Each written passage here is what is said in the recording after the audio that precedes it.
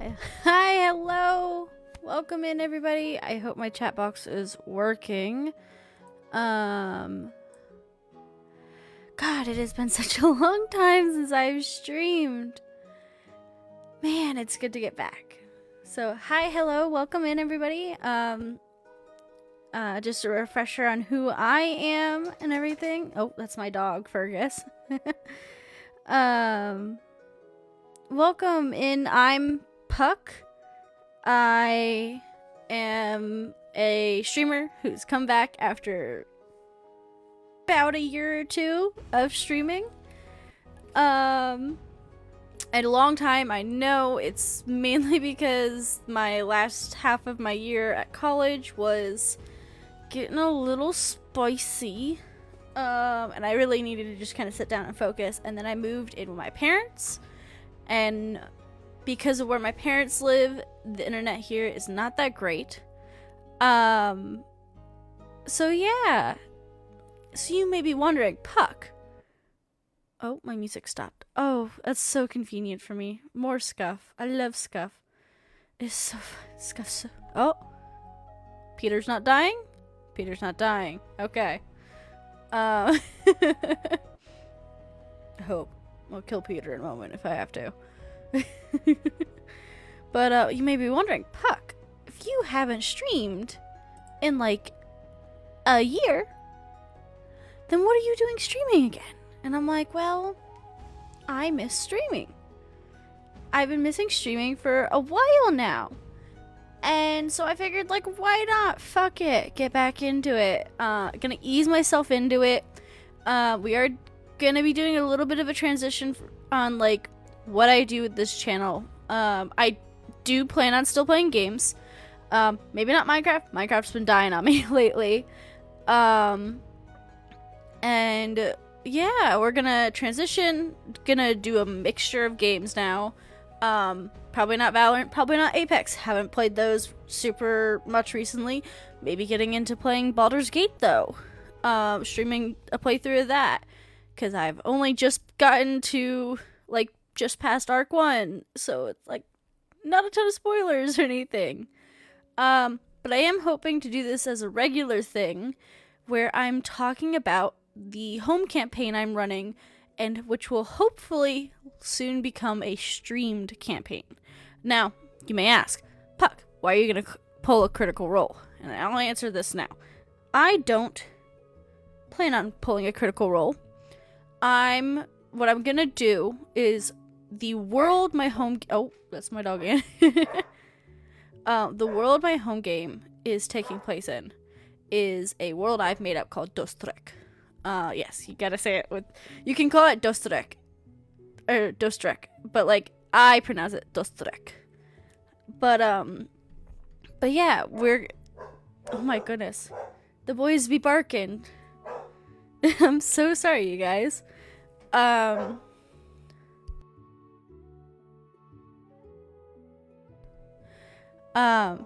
this is gonna take place in the world of Dostrec. This is a place that I have made myself.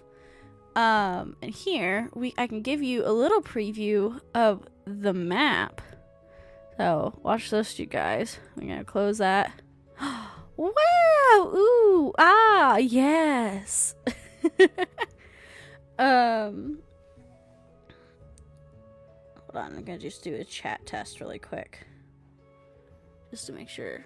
Okay, yeah, we'll figure it out. Hey! Welcome in, Manda. Yep, we are finally opening up and getting ready. I'm just kind of running into some, like, talking about some stuff, because I actually haven't streamed in, like, 2 or so years. Close to 2 years. So that's why I'm kind of like, oh, it's a really good idea that I should give a little context to what's going on. Instead of just being like, wow, I'm streaming after 2 years. Everybody come watch me. But yeah, so we are going to be talking about the world of Dostrec. This is a homebrew nation that I've made. I actually was the one who drew this map even. Ooh. Dostrec is a world I've been working on since last August, actually.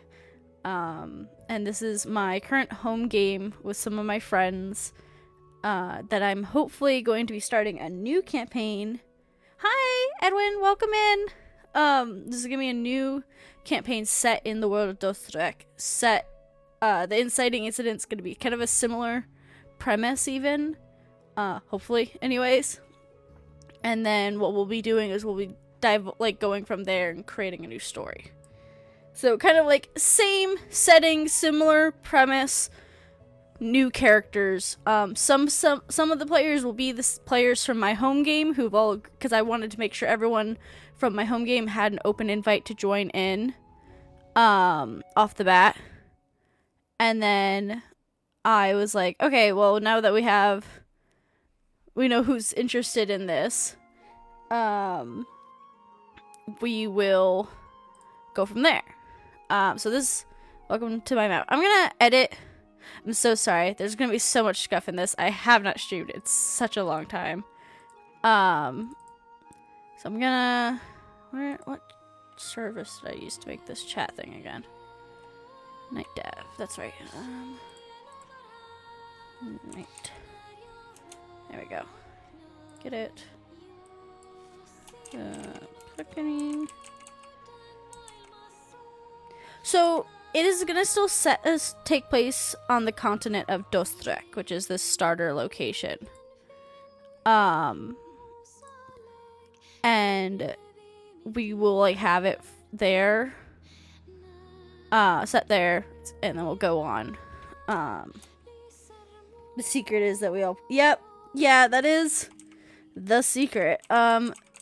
So what my players don't know. So hi players. I know one of them is not going to be here. I don't know if any of the others will be here. Some of them, half of my players are 1 to 2 hours behind me, so I don't know if they'll be here. But we'll find out. We will find out.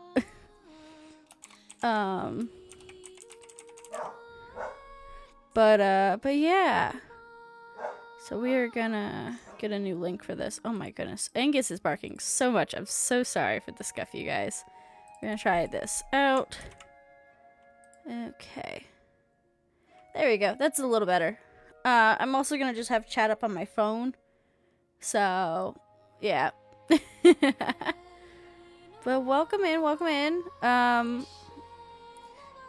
So... Just another kickback to the start. Hi, hey, howdy. I'm Puck. I have been playing D&D for I've been playing D&D for about 6-7 years. I think I started in 20. I bet I could look it up and find out, but I feel like that'll just make me feel old. I've been playing close to a decade. We'll just leave it at that.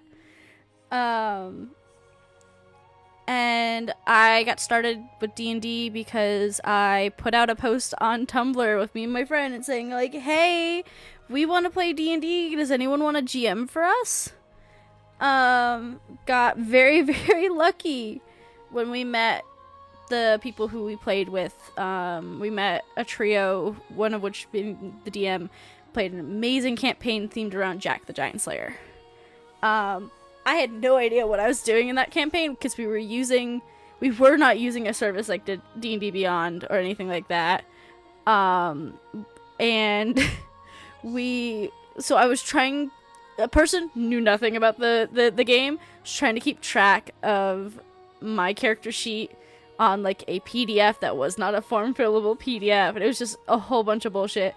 I switched subclass so many times during that. I was playing a druid for context. I switched my druid subclass so many times. I did not keep a regular spell list, though I did use the same handful of spells, so... Oh, I'm sorry that I make you feel old, but... Sorry. And then I've also played games like Monster of the Week and Masks And I love those ones dearly, personally. Powered by the Apocalypse games are my preference, but I didn't think it was going to work super well with this campaign. So we have Dostrec. So this is, like I said before, this is one I've been working on since August. This is one of the first things I did is I wrote up these little blurbs about these places, and I sent them to my friends. I was like, hey, do you want to play this in this campaign with me? Do you want to play in this campaign with me? I will run this campaign, and my only stipulation is I want to play regularly. I reached out to a bunch of friends. I had a couple friends be like, oh no, actually I'm not going to be able to do that, or I'm in too many games for my taste, or what have you. And I was like, okay, that's fine. I understand. Thank you for letting me know. My current group of players is 4 people big. I love them. I love my players so much. They're all so silly. And like I said, most of my players in my current group have agreed to come back for the streamed game. And I'm so excited for this. I love these characters. My current campaign group, it consists of a reborn, half Eladrin, half orc pirate who is a warlock of the Fathomless named Nephi. We have Faraday, who's half Tabaxi, half human, is a paladin barbarian. We have Nimbus, who is a half tiefling, half Asmar, who is a monk that is a kind of reflavored way of the Long Death called the Way of the Stygian Soul. Long Death just with minor changes, really. And then we have our final player, certainly not least, Lugi, who is playing a sentient slime sorcerer rogue. And I love them all dearly. They drive me bonkers.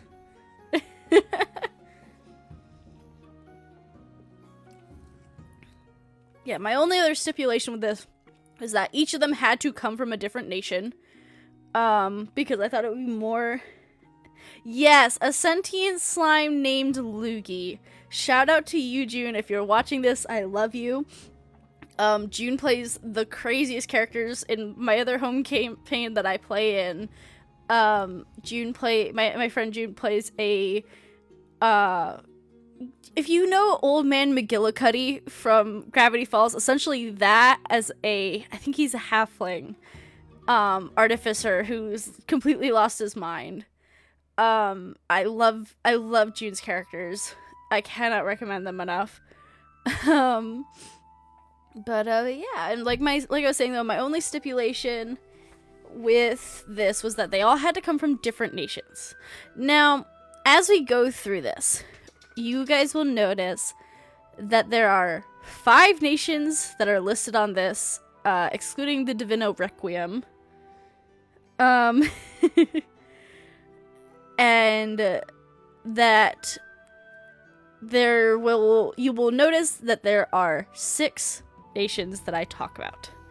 The reason of this being, as it will be explained as we go, that 5 of the nations own land, essentially are a nation settled down on the land, while the 6th nation is a nomadic nation, and it's kind of consistent of people from all of the nations because of that. So we'll get into that as we go. So I'll point out some of the locations currently. The Divino Requiem is a place that my players have not gotten to yet. It is kind of a secret location that's going to be not a location we really talk about this stream. It is a place I will get into as we go. The other places that you may notice, there's a location. It's kind of hard to see, I bet, on your guys' screens, but if you are looking at the purple nation, that is Animatus. Then you've got your red nation, Conval, your blue one, which is Phelum, the green one, which is Immelmactum, and the yellow one, which is Dulzine. You may also notice another location that is called Prominence. That is essentially like a city-state. That is the capital of Dostrec. So Dostrec has its own capital, and then each of the different nations have their own capitals. And then you may notice a location on there that says that is called a Bifur. Bifur is an academy located in Dulzine. We most definitely will be getting into it. But it is one of those things we're gonna have to get into as we go. Just a quick check-in. Is the music good for everyone? Do I need to turn it up, or is it too loud? How do I sound? Do I sound good sound-wise?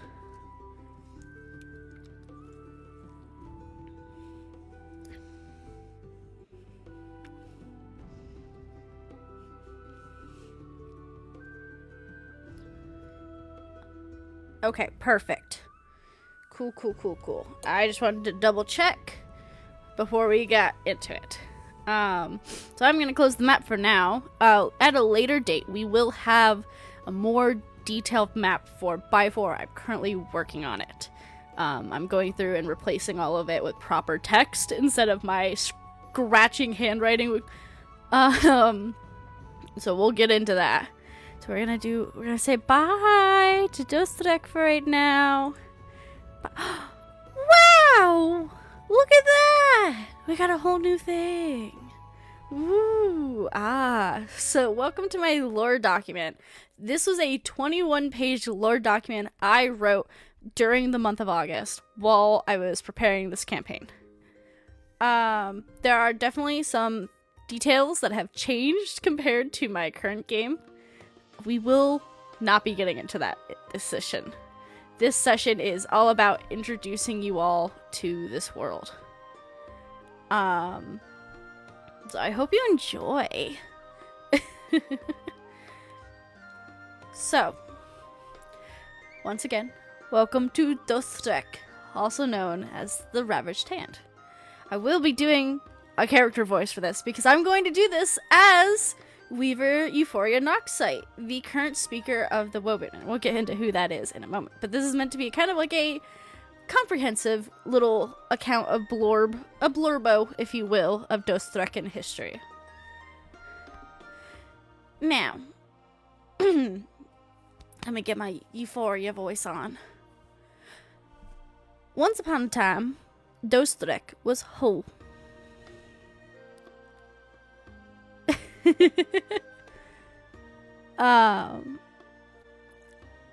'Twas home to mortal and immortal, and they walked Dostrec hand in hand. There was peace, happiness, and prosperity. The world was whole. The divine were whole. The people were whole. And the world was good. And then the era of Sunderin stuck. The era of Sunderin, known as the Divine War and the Devastation. Mortals and immortal alike fought side by side during this devastation. War nor devastation are fair wording to describe this effect that the world had upon the people, the land, and the divine. Many people today know not how many deities were once populating Dostrec's pantheon, and some insist that it is blasphemous to imply that there were ever more than the 6. Some still whisper the truth, though. The truth of the originals, the 21. Now, the 6 lord over the remnants of Dostrec, now nicknamed the Ravaged Hand by the mortals.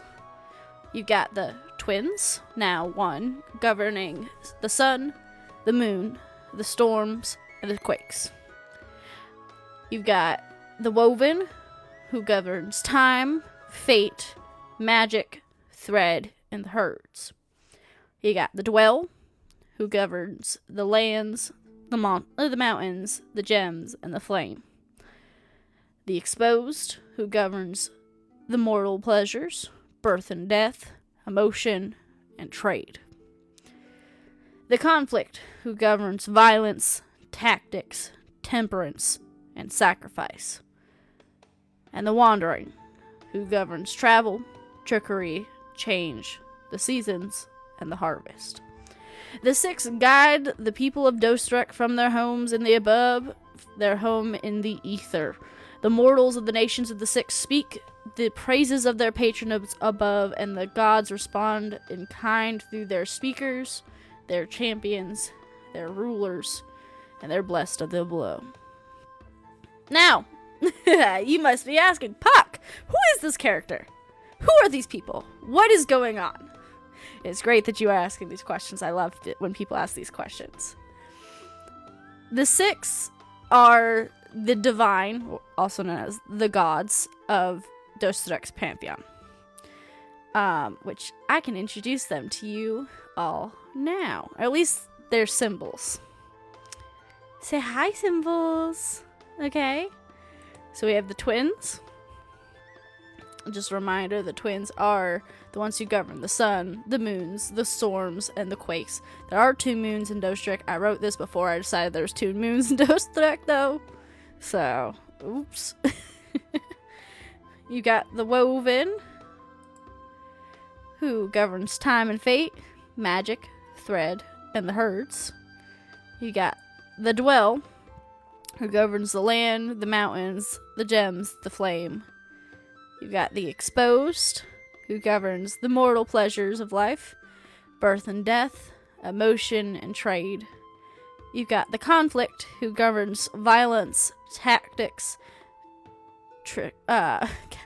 words are a thing. Violence, tactics, temperance, and sacrifice.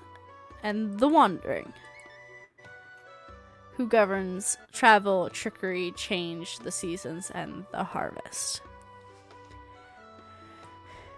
So these are the 6 divine of Dostrec. We do refer to, or meant to refer to them as the divine. They are not gods. This was written before I decided that I was going to just strictly call them the divine. So you may see the word gods, the gods popping up in here.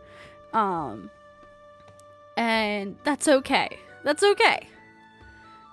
This is still a work in progress document. I actually, once we started playing, I started writing so much more lore that I wasn't even really super looking at this most of the time. Fun fact about this game, when I started this campaign, just the opening set of characters, not even including PC related ones, just the major ruling people and their the people around them. I'm fairly certain I created at least 36 characters. At least. And that included little blurbs about those characters, what they looked like, who they were, what their role was. Lugi was is a sorcerer rogue. I think it's 4 levels in sorcerer, 1 in rogue, if I remember correctly. And yeah. So here's our world so far. I hope you guys are having fun. Oh, excuse me if you can hear my neck cracking. My neck do be cracking. God, I had so much scuff first thing. It was crazy. I think part of my issue too is I was doing hardware encoding instead of software encoding. That was probably fucking me over. So let me switch back into my Euphoria voice. Fun fact. Just a quick fun fact. Each of the nations are... Where's my notebook? My notebook is gone. I'll find it in a moment. Each of the nations do have an accent. Phelim specifically is Southern. And Dualzine is British. I'm fairly certain I told my players at a previous date that Animatus is French. I think Conflict's supposed to be Greek/Italian. And I cannot remember what Conval's is for the life of me right now. I want to say I said it was Russian at one point, but I have changed my mind since then, I think. Fun fact about me, I'm terrible with accents, though. I've done this to myself. Technically, one of my players did it to me first, but it's fine. It's fine. It's fine.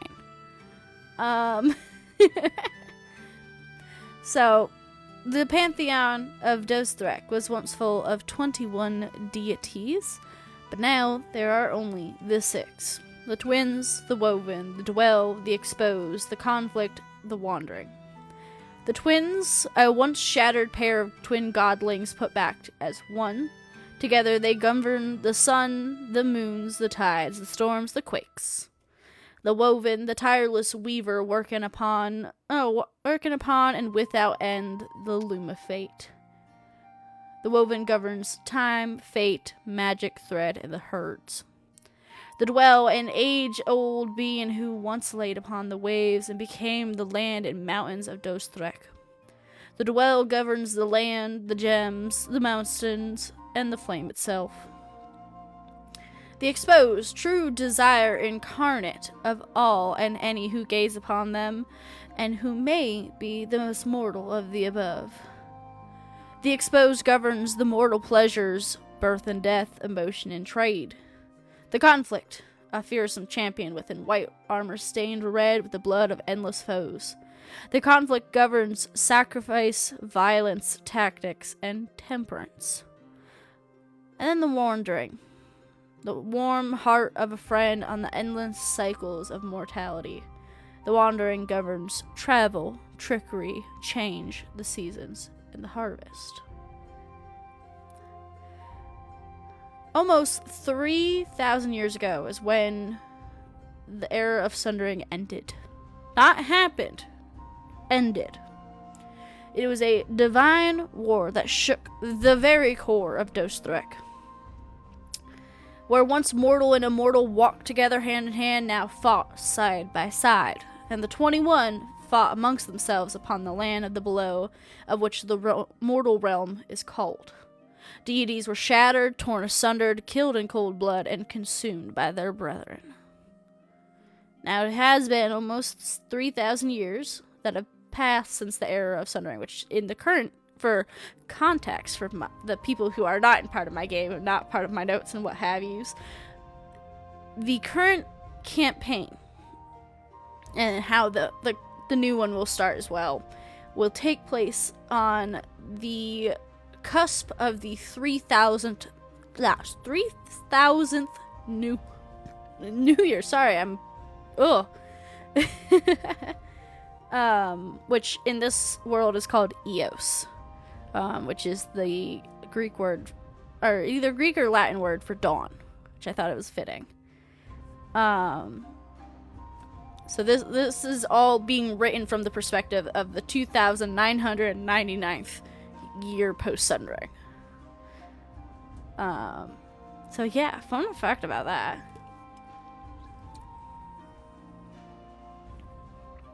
So, it has almost been 3,000 years since the end of the Era of Sundering, where a treaty has been struck among the surviving, the Six.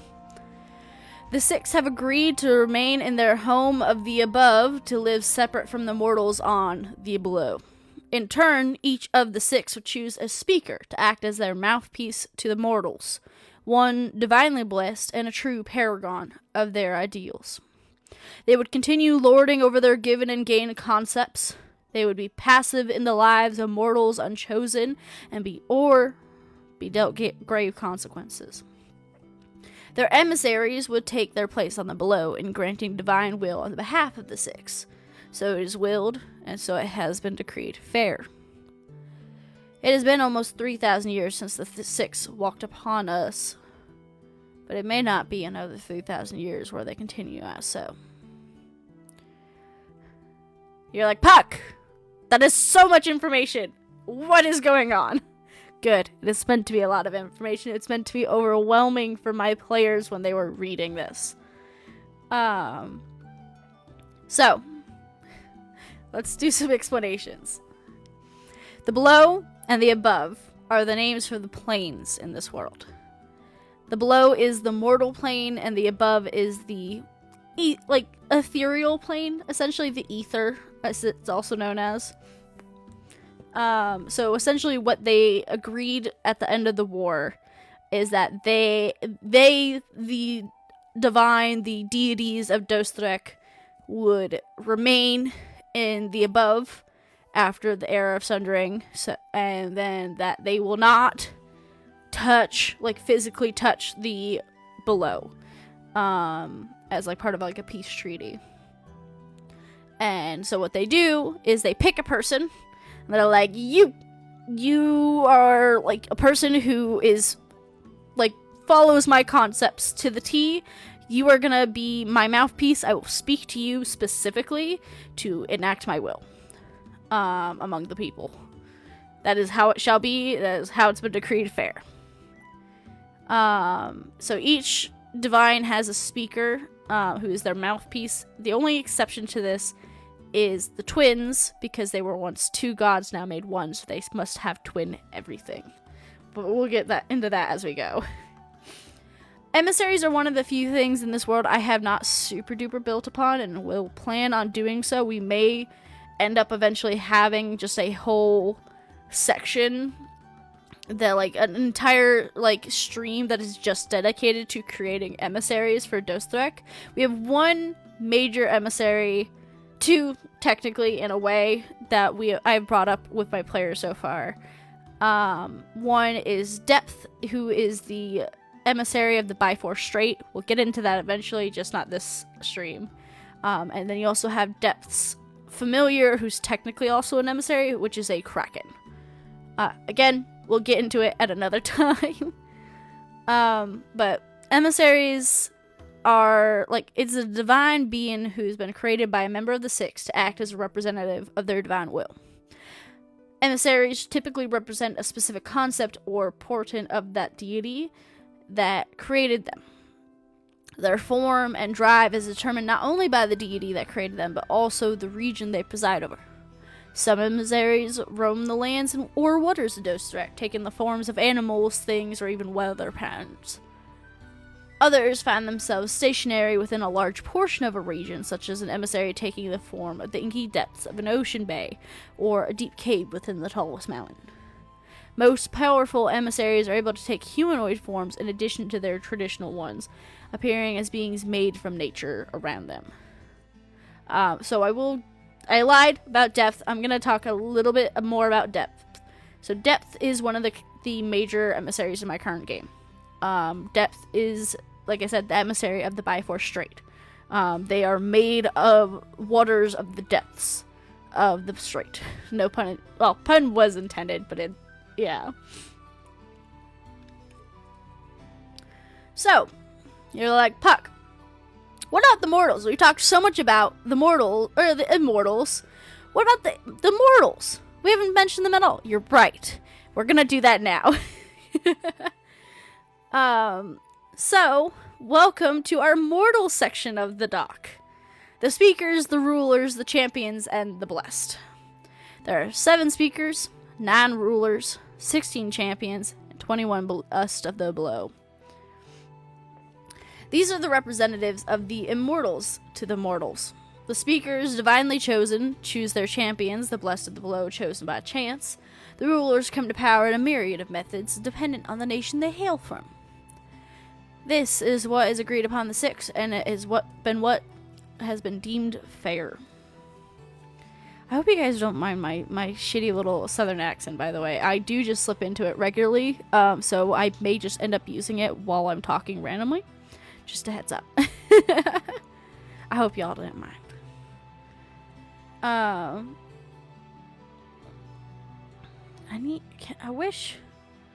do wish that I could have it where I could shut off the views. Like, well, not shut off the views, but like shut it off so I can't see it. The stream is mean to me. Does not like me.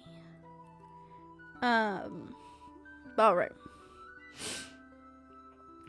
So how this works is you've got your 7 speakers, your 9 rulers, your 16 champions, and your 21 blessed of the below. A little bit of context regarding the blessed and the speakers.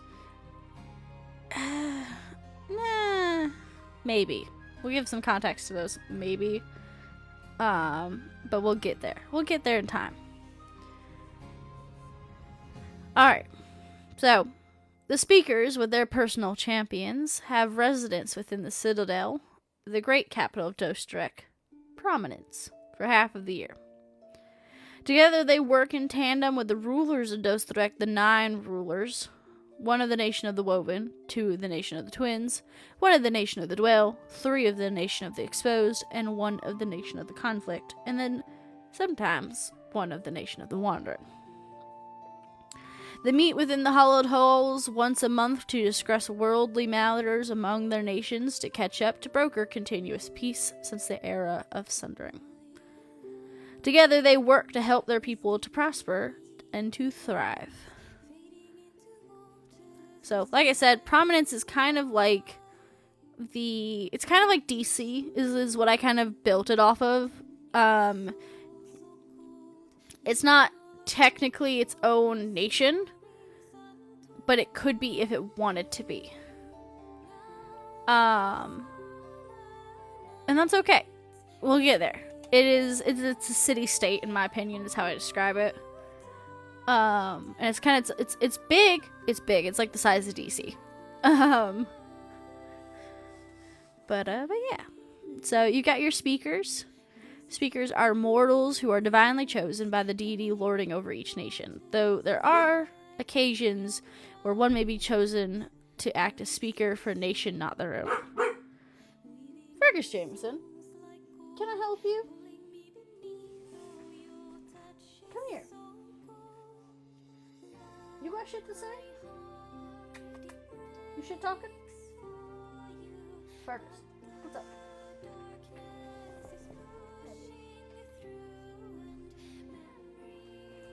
Fergus is my corgi, for context. He's evil, and I love him to bits. He does have a mouth on him, though. But yeah. So, we're getting back to talking about the speakers. So, what I meant by, like, one may be chosen to act as speaker for a nation not their own. There are the occasion where someone is born in a different nation than one of the settled nations, and they will be like, they'll end up becoming picked somehow. It's not common at all. It, in fact, is pretty rare where this has happened. This was more so something that happened very early on in the settling of Dostrec, in the forming of the nations. I should give a little bit of context. You might be wondering, Puck, it's been 3,000 years. What about elves? Or other long life ones? Okay, so I would like to offer a bit of context in regards to elves and such. Long life, like different people, different, like, D&D species and stuff, they are limited to 500 years in this game. With the only exception being Eladrins. In this world, Eladrins are essentially reborn and age with the seasons. So after their first cycle, an Eladrin is essentially reborn in the, like, about as like a early 20-year-old. Like in this is when I say like specific ages, I mean specifically like that is the kind of form they essentially take. That is like what their body's age looks like. So they'll be like early 20s or so when they are reborn. And then like age upwards to like late 80s in appearance. Late 80s, late 90s, and they all like kind of perish at the end of the year. So they're like, it's a 20 minute like thing that it takes place where they will essentially decompose towards the end of False Eos, which is New Year's Eve, and then at like exactly as the it clicks into place, they are reborn, their bodies have changed, they look like different people. The big thing is they don't typically remember their previous lives. So they remember basic things, they remember basic knowledge of the world around them, their languages, any languages they've learned, basic life skills and stuff they've all learned, but they just have no memories. So they just live different lives. They usually have different names each cycle as well. So yeah, that's like a little concept. We'll get into that down the line if we need to, because you might be remembering, Puck, didn't you say one of your players is half Eladrin? I did. We'll get into Neffy eventually. It is a complex situation with Neffy. I love Neffy though. Blessed be her heart. Or lack thereof. But yeah. We're gonna get back into explaining this. So, those that find themselves chosen as a speaker find that their mortal life is extended past that of natural length for their fellows. The longest record of a speaker's life was near 500 years past their natural length, before they too passed. A speakership is a lifelong duty, and they are expected to carry their duty from the time they are chosen to the day they pass into the beyond. Depending on the god they act as mouthpiece and paragon for, speakers do face some requirements for being chosen, and to later act for. Speakers of the twins must always be twins themselves. Speaker of the woven is always an expert weaver, both of cloth and the magical threads of the weave. The speaker of the dwell finds themselves tasked with a divine test left for them of the first speaker, a test of righteous stone and flame once chosen. The speaker of the exposed must live to their truest self, their truest desires, their truest emotions, as they become the mortal representative of birth and death. The speaker of the conflict are always an expert tactician, unparalleled by any mortal of the living. The speaker of the wandering is always a changeling.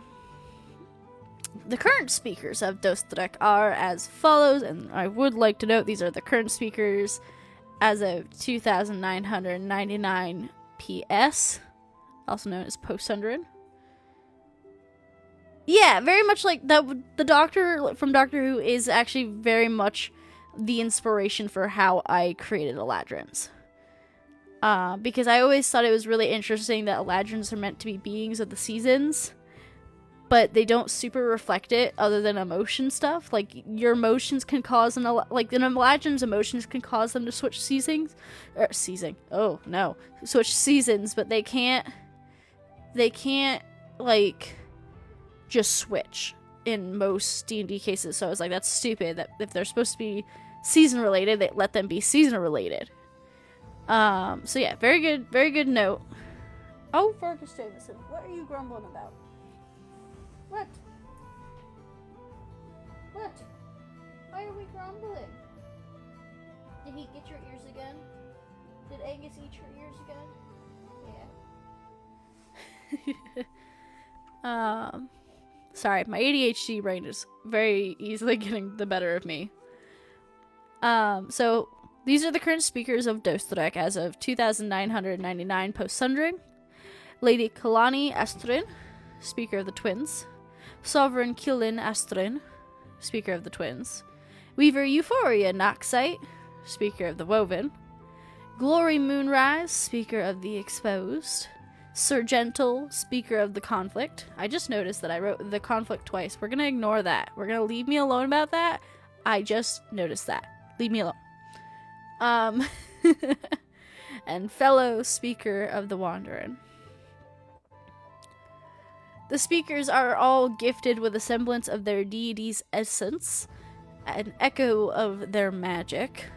The magic typically falls under the concepts of said deity's representation, such as the speaker of the woven is gifted with magic relating to times and herds, and the speakers of the twins they have magic relating to sunlight, moonlight, and tides, and quakes, and storms, and what have yous. An experienced speaker is revered as one of the strongest magic users in all of Dostrec, on par only with other experienced speakers. But a newly chosen speaker is vulnerable, no matter their prior spellcasting ability. They are closer in comparison to a freshly hatched chick rather than the fully grown hawk that they would one day become. So what this means, if we're going to talk above board in actual leveling guide. Typically, when a speaker first becomes a speaker, they are kind of on par like with a level 5 character. So usually level 5 cleric or warlock or paladin, usually a like specific class that is relating to magic. And so as they go, it's kind of like they get to level 20 eventually. There's only 2. I think there would be only 2 speakers that are really close. Would be close to level 20. And that would be the speaker of the twins. The speakers of the twins. Those ones, I believe those ones are elves. And so they're a lot farther in than most of them. So, yeah. Ooh, my back be cracking. Oh, excuse me. I'm just all kinds of a mess. In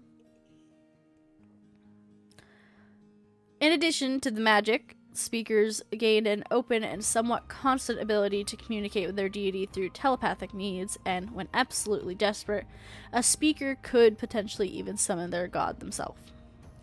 This act of true divine intervention can be deadly for the speaker, as the sheer amount of magic consumed can quite literally burn the speaker up. So what this means is that they essentially, with some specifics that I will not indulge right now, the speaker can essentially summon their god at their greatest hour of need to help them. But what it does is the amount of magic consumed burns this person into the weave. They are essentially turned to dust and then sprinkled within the weave to summon their divine. It is a lot. It is a lot. It is a lot. There's a reason this almost never happens. It is a big fucking deal to have this happen. And you may be wondering, Puck, I thought you said the divine aren't allowed to walk on the below, and that is correct. That is part of why it is such a grave consequence for the speaker should they attempt to summon their deity. But yeah. Then we got our rulers! Woo! These are our leaders within Dostrec. I have written up some little more detailed tidbits because the rulers and situations are a little more different when it comes to the speakers. So, rulers are made in a myriad of ways depending on their nation. A ruler is to act as the mouthpiece of the mortals, just as the speakers are the mouthpieces for the immortals. Each nation of the 6 has its own method of rulers coming to power, as well as different types of government. Rulers must have been a citizen of their respective nation to take power for themselves, though. So unlike what I had mentioned before about, like, the very early on, the occasional, oh, hey, you're from, like, from Immelmactum, but you're gonna be the, like, the speaker for, let's say, Phelum.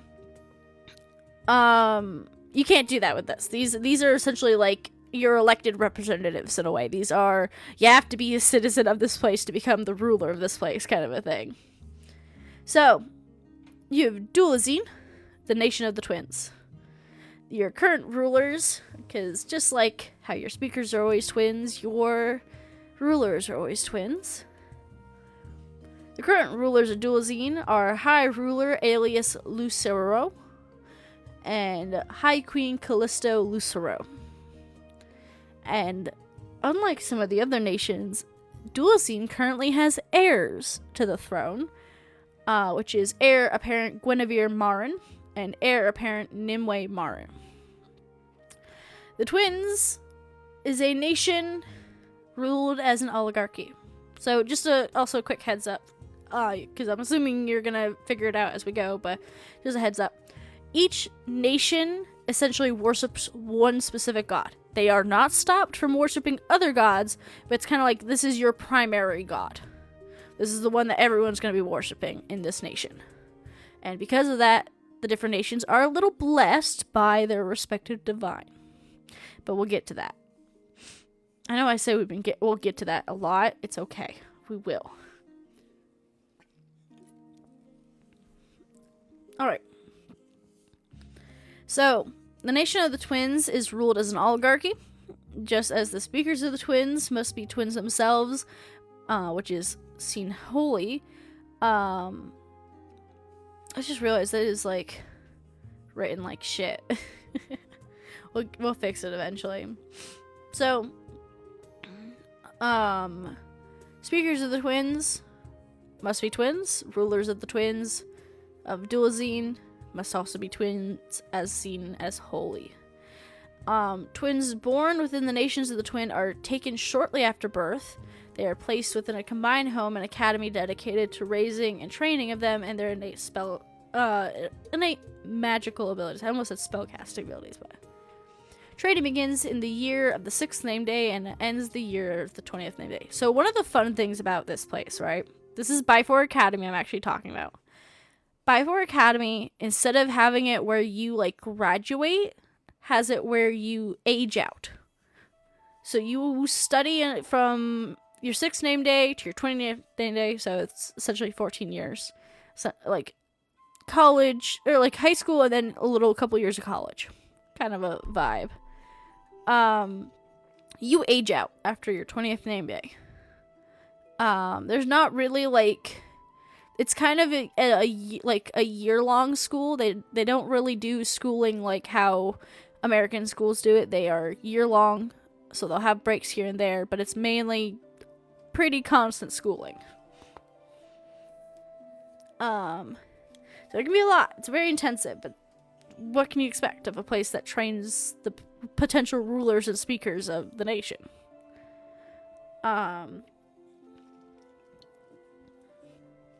So, when the current rulers feel that their reign is coming to an end, and they do not perish in some manner before their retirement, they will travel with the speakers to Bifor Academy for a viewing of both current students and recent graduates. What this means is the people who are, like, they're currently studying and people within 5 years graduating like, I say graduating a lot. It's not graduating. It's aging out. But I will call it graduating anyways. Because it's easy to explain. There is a test and a competition to find the heirs. Then they will train for about 6 years before the heirs end up taking the place of rulers. So it's very much one of those, you're going to train for 6 years, but then you're going to be the leader of this country. So this is just training to get you into your roles, the state of the people, getting to know the people, getting to know the people who work around you. And then if both sets survive the training period, there is a transfer of power where the rulers will essentially be like, here, you're the rulers now. Here, have a crown. You were in leader of this country. I'm going to go relax for the rest of my life. I'm tired. I'm exhausted. I'm going home. And then we have... Wait, I can... Oh, I didn't know I could collapse that. I feel... Oh my goodness. I got jump scared. Oh, my back be cracking. Alright. So, we got Phelim, the nation of the Woven. The nation belonging to the speaker who is canonically wrote this lore document. Fun fact. So, the current ruler of Phelim is Weavespun Avalo. I don't know why I called it Weaverspun. I'm very dumb. We're going through some moments.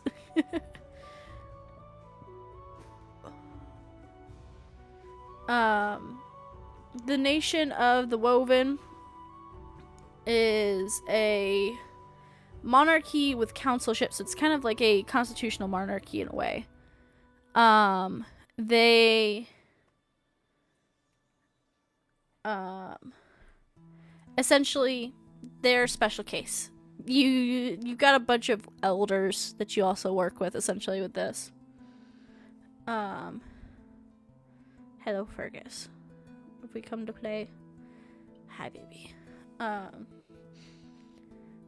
So how it works is the weave spun will work closely with their speaker, a counselor, 4 elders, and then they make the decisions that affect the entirety of Phelim, hopefully for the better. So you may be wondering, Puck, how come Phelim and Conval had blurred lines when it came to the edges of their nations? It's a good question. Very good question.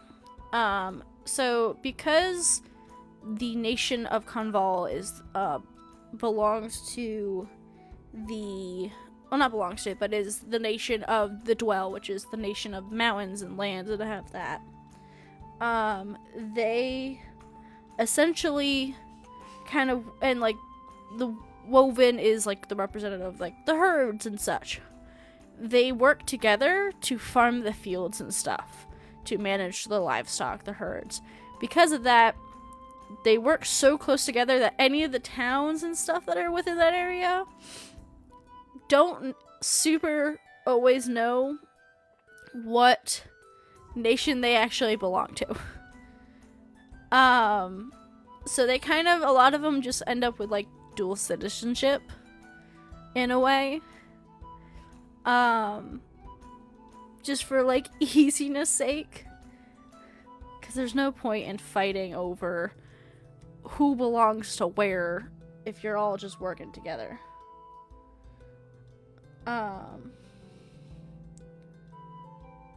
And yeah, so that is like a little thing with that.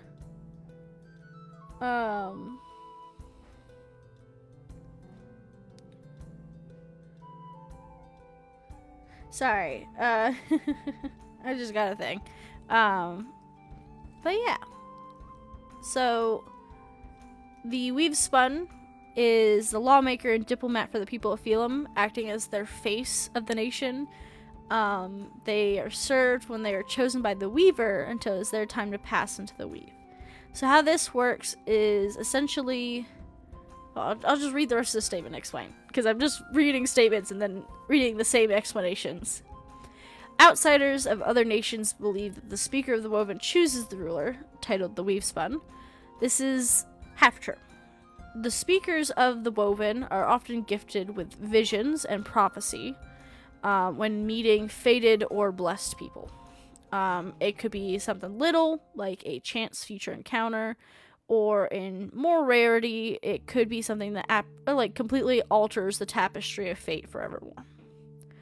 No matter the proficiency of the visions, a Speaker of the Woven will always have a major prophetic vision of their future rulership. This may happen many times with future rulers before it is their time for rulership, but it is still important to remember them nonetheless. So essentially what this means is, say, for example, we've spun Avalo is meant to die down the line.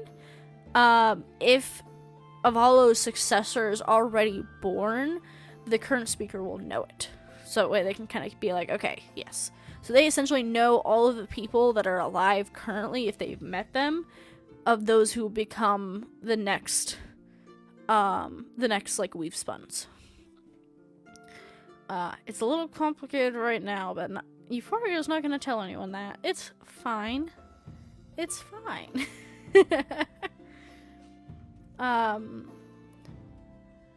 Far less frequently, a Weave Spun may have visions as well, but a lack of proficiency causes their visions to be far more cryptic. It's like going from a lucid dream to a non-lucid dream. Slash, like, crazy ass shit happening. Surreal as shit.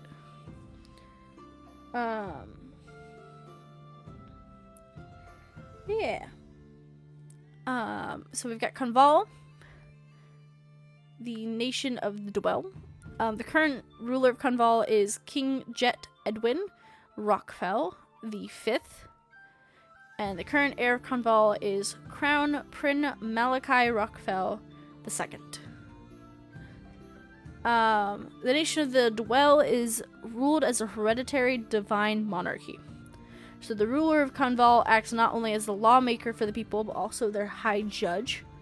The king sits through all trials, no matter how minor, to give judgment upon the guilty and justice for the wronged.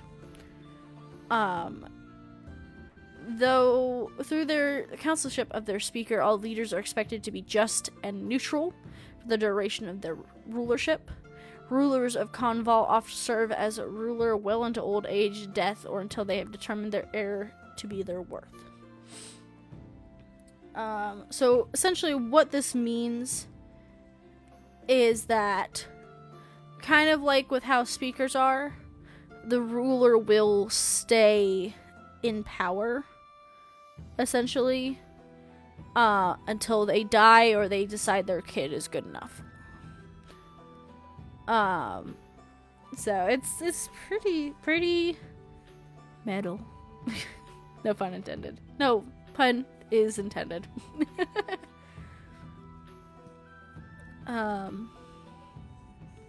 So,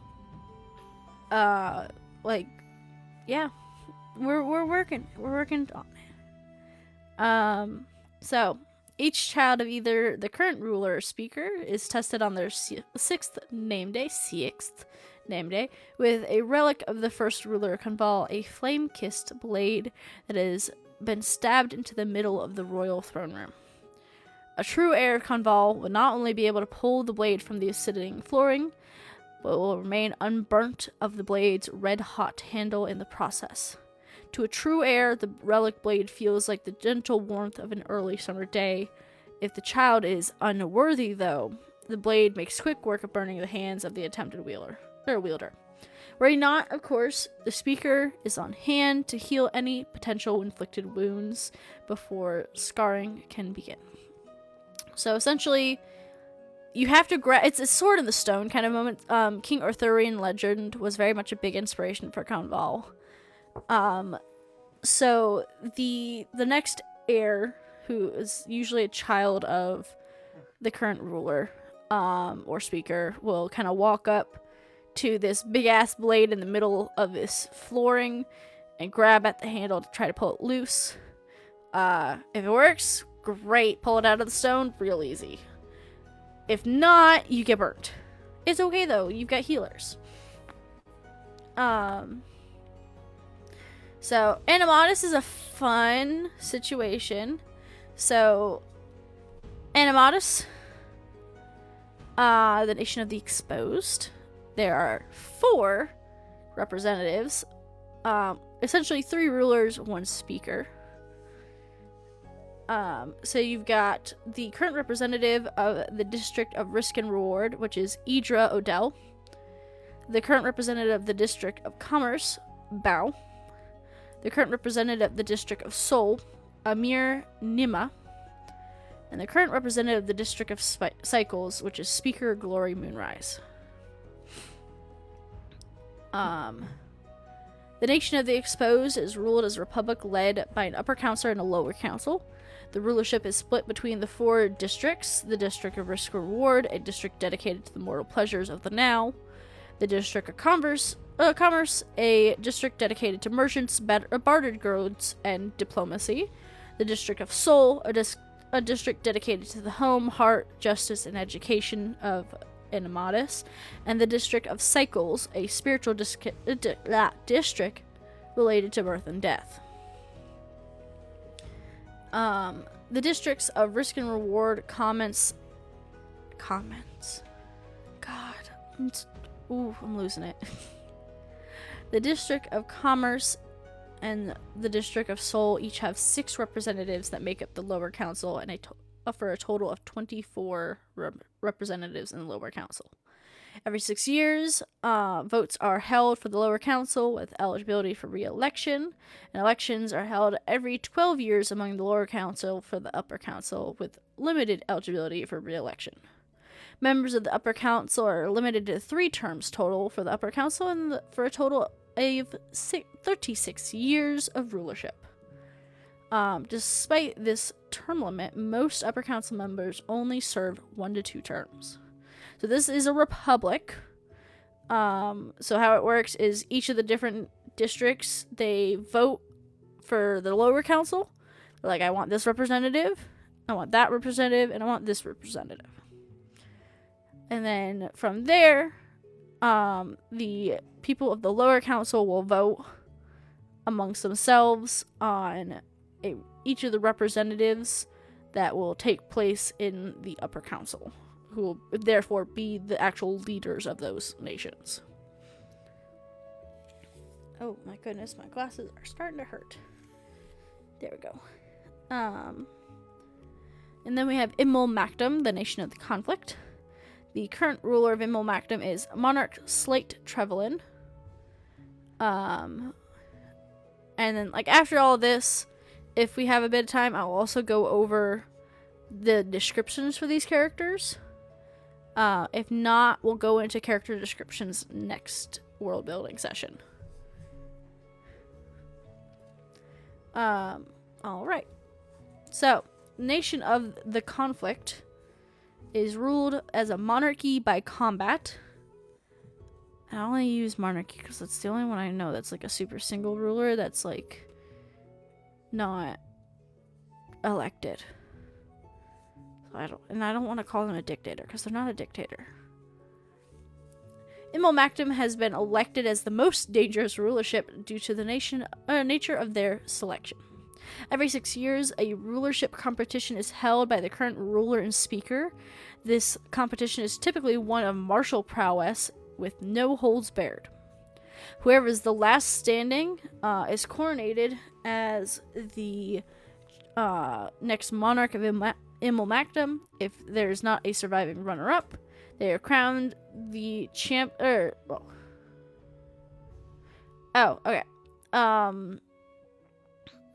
So, I misread it myself. Ha ha ha ha. If there is a surviving runner-up, they are crowned the champion for the newly crowned ruler. If not, a champion competition is held. Once the transfer of power is complete, the previous ruler of Immelmactum becomes the champion for the speaker of the conflict. So the way this power works is that you have your big competition every 6 years. It is a no holds barred. Magic and fighting is allowed. It is whoever is essentially last standing. You do not have to kill the people, but it is very common for people to be killed in this. If there's someone who survives to become, like, who is, like, the second last standing, so to speak, they become the champion, who is essentially, like, a little context, rulers and how every single speaker and ruler has a champion. Your champion is essentially like your bodyguard. They are your protector. A lot of places will choose them. Some do not. It gets a little dicey. It is fine.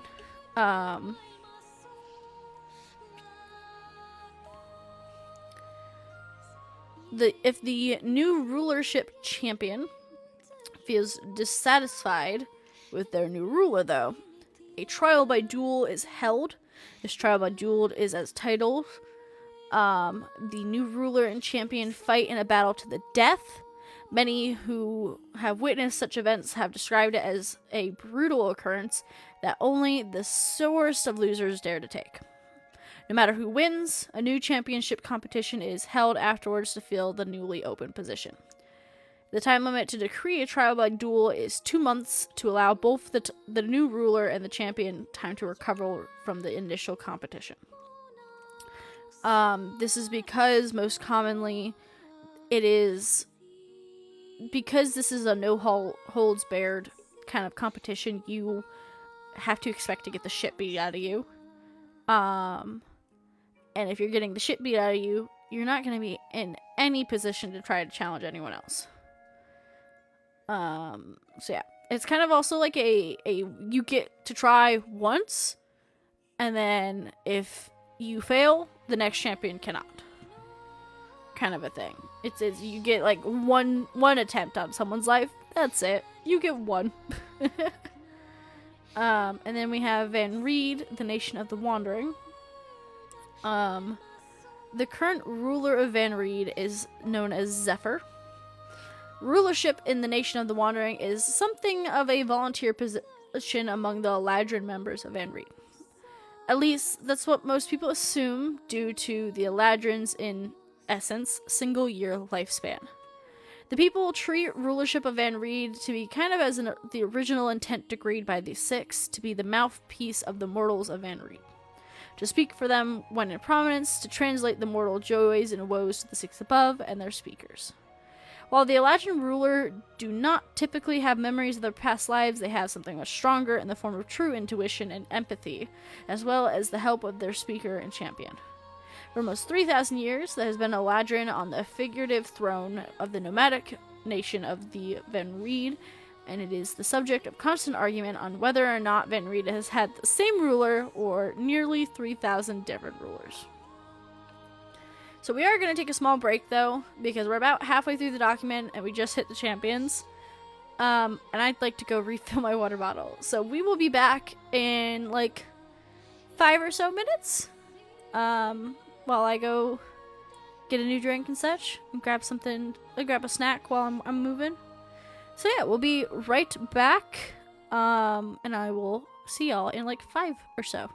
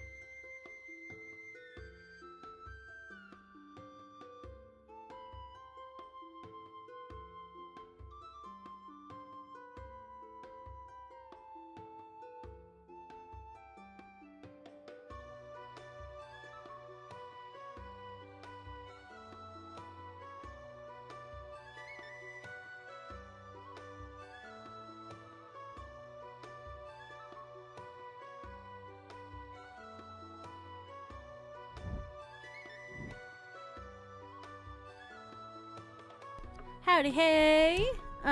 This is Puck is back. Puck is back. Hey, howdy. I need to start doing a hey, howdy, because if I do howdy, hey, I'm gonna be like, oh, my name's not Ray. But, hey, howdy. We've got some refreshments. I got some yogurt that I will have later. Not during the stream, because eating yogurt on mic is weird. It's gross. But yeah, we are gonna do this. I hope everyone's having a good old time. I'm chilling myself, my back be dying, but it is fine. It is fine.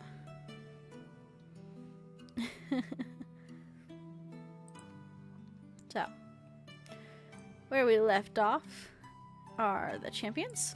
Let me get myself situated. So, like I explained before, champions are essentially like the bodyguards of Dostrec. They are picked by their respective speaker or ruler to have one champion. Champion for speakers are the highest honors of all Dostrec, though being the champion of a ruler is still a great honor. Champions are there to act as their respective ruler or speaker's bodyguard, their closest confidant, and their most trusted advisor. Championship is not for the faint of heart, as it is a dangerous job on the best of days and deadly on the worst.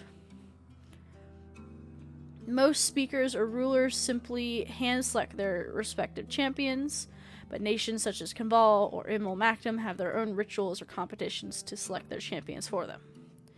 In almost every case, a champion is meant to be a step behind and to the right of their charge, and must act upon any signs of trouble or harm that may befall their speaker or ruler. The only outlier to this are the champions of Van Reed.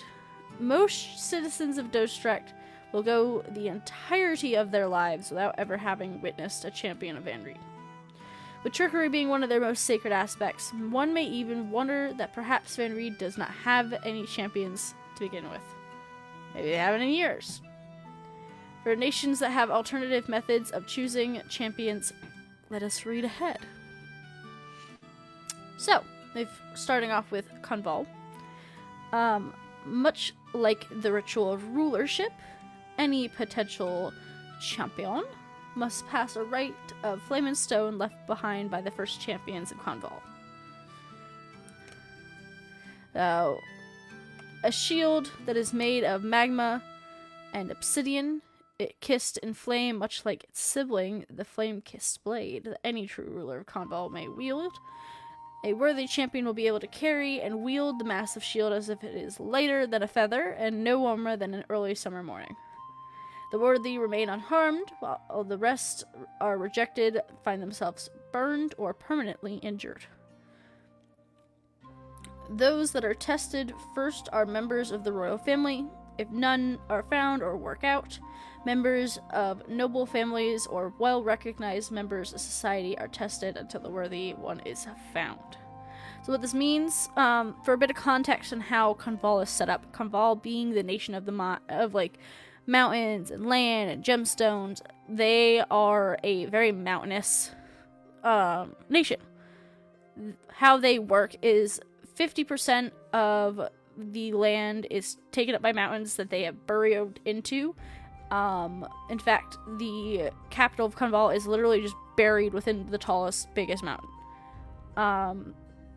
Most people, other than those who help out with the lands and help out with farming and stuff, find themselves pretty much either living in one of the various mountain towns, living in Conval's capital, or they live their entire lives in the mines below Conval. Conval is also the location that people will send their prisoners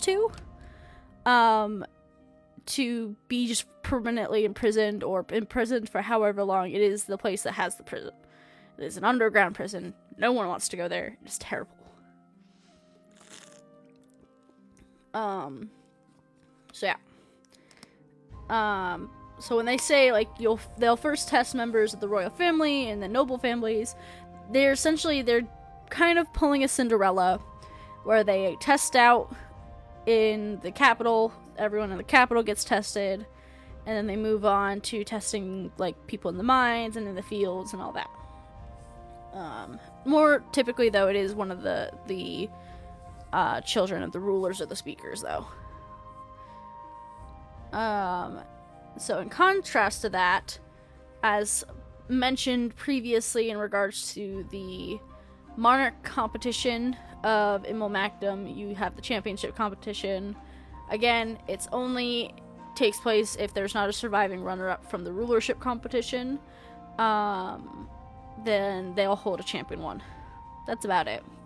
Though one of the things that happens with it is that to become, like, the champion of the speaker, it's always the previous ruler. So the previous ruler, after their 6 years of rulership, will kind of be like, okay, now I'm gonna guard the speaker. And it's just like that. That's just how it is. You may be noticing, Puck, why is 6 such a common number? Because it's the sixth divine that rule over Dostrec. There's 6 of them, so therefore 6 is the magic number in this nation. Or in this continent, this country, whatever you wish to call it. I call it a continent, though. Oh, excuse me. I'm yawning. So, we finally have the Blessed of the Below. So, though 15 of the original 21 have died, little pieces of divine essence do remain floating on the threads of the weave. It is said that these essences are transferred from blessed to blessed at the end of each generation's life. No one's particularly sure if there's any actual blessed that actually exists in the current day, but many say the greatest heroes of our histories were among the blessed of the below. Most memories of the blessed are rumors at best and pure fiction at worst.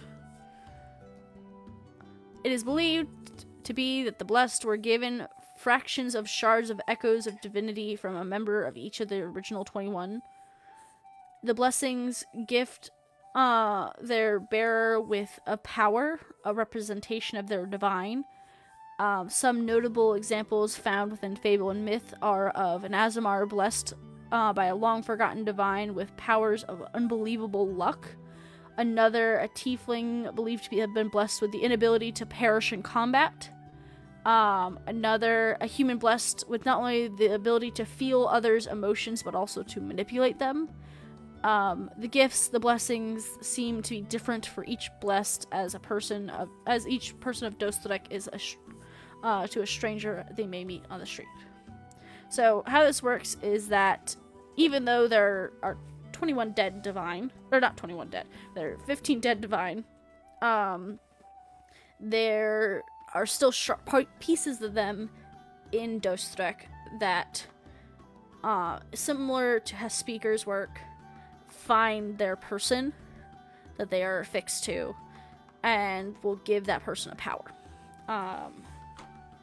But it really just depends on what that divine represented. So yeah. So we are done with our speakers, our rulers, our champions, and our blessed.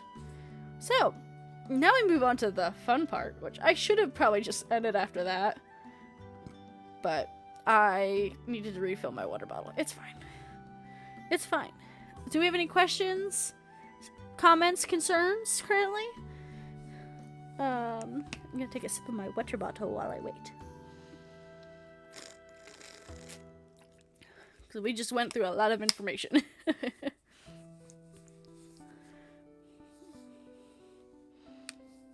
This music's so nice. I really like this music. Oh, and just so everyone knows, I'm probably gonna just end up posting the full VOD on YouTube. I am probably gonna leave in the break section and the like starting soon screen, what I'll do is I'll leave like marks on when you can just skip to. But yeah, we'll keep the VOD published here on Twitch, and then I will also be uploading it onto YouTube. So yeah. But if there's no questions, I'm gonna give a couple extra moments for questions really quick. But if there aren't any, we will just keep on going. Let me check something quick on my phone. There's a snake.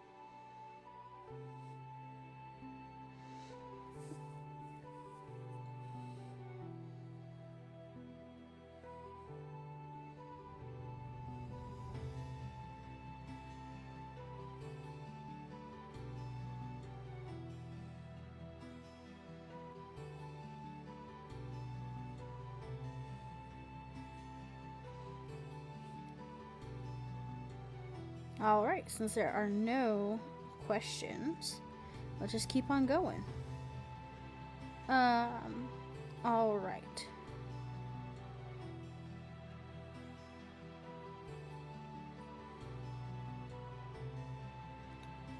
So, the cultures of Dostrec. They kind of widely vary, so one of the things too is that each of the different nations of Dostrec have their own language. So that is like one of the things about this. Well, I'll explain those after this. So they kind of vary for each person. Each nation has its own approach to everyday life for their people. Whether it be for their judgment, their education, their livelihoods. So we are going to go through what I've written down for those things. So Dualzine, like we were talking about before, twins are holy in Dualzine because they are the nation of the twins. Societal ranks are completely based on this fact, in fact. Within Dualzine, any set of twins born in the nation will be taken shortly after birth to be raised at Byfor. They are raised at Byfor essentially until they come of age and are given a position of power. This academy is located on a small island not far off the coast of Dualzine, and it is built into a long dormant volcano. Current students and the younglings are all located at the heart of the island, which is the central point. So how this goes into play from how I ended up actually going through. What is ringing? How do I hear a phone ringing? That was weird. Maybe that was just a thing.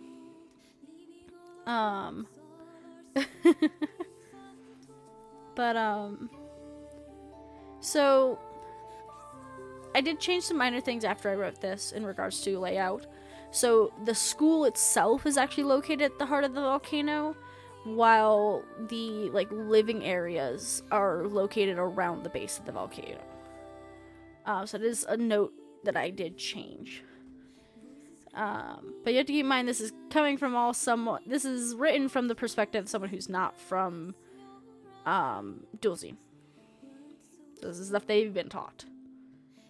So all students begin their schooling the year of their 6th name day and graduate the year of their 20th name day. As I've stated before, they are not graduating as much as they are aging out of school. So after you turn 20, you essentially are considered graduated. You're put into a little mini societies, a little residential area in town. There's training yards, there's a community garden, there's a little shopping district. Typically, they wait for about 2 to 5 years because, like, positions of power, there's, like, magistrates or high-ranking religious members or naval captains. They're not always open at the rate, because I did some rough calculations. It's actually kind of small for how big of a nation Dualizine is supposed to be. But roughly, Dualizine has about 500 under 6-year-olds, 1,000 students that are currently in school, and about 500 students who are, like, graduated, essentially. This is still potentially subject to change, but I figured that those were the numbers that made sense in my brain. So, those are the numbers that we have.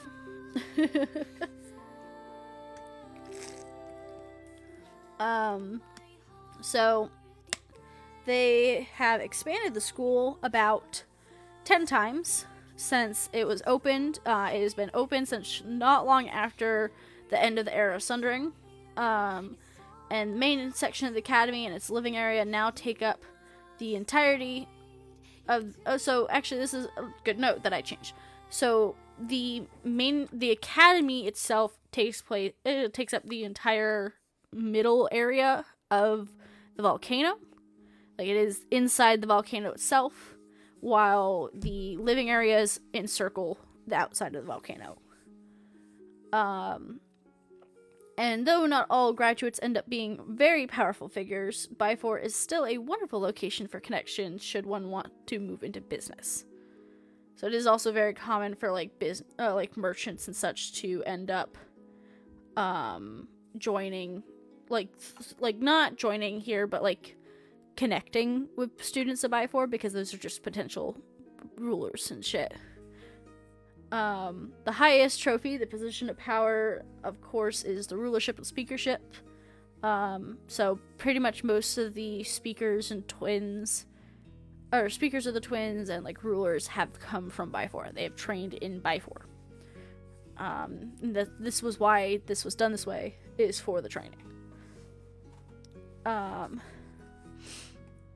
And then we've got Phelim, which many people in the nation of Phelim do not believe in coincidence, only fated meetings.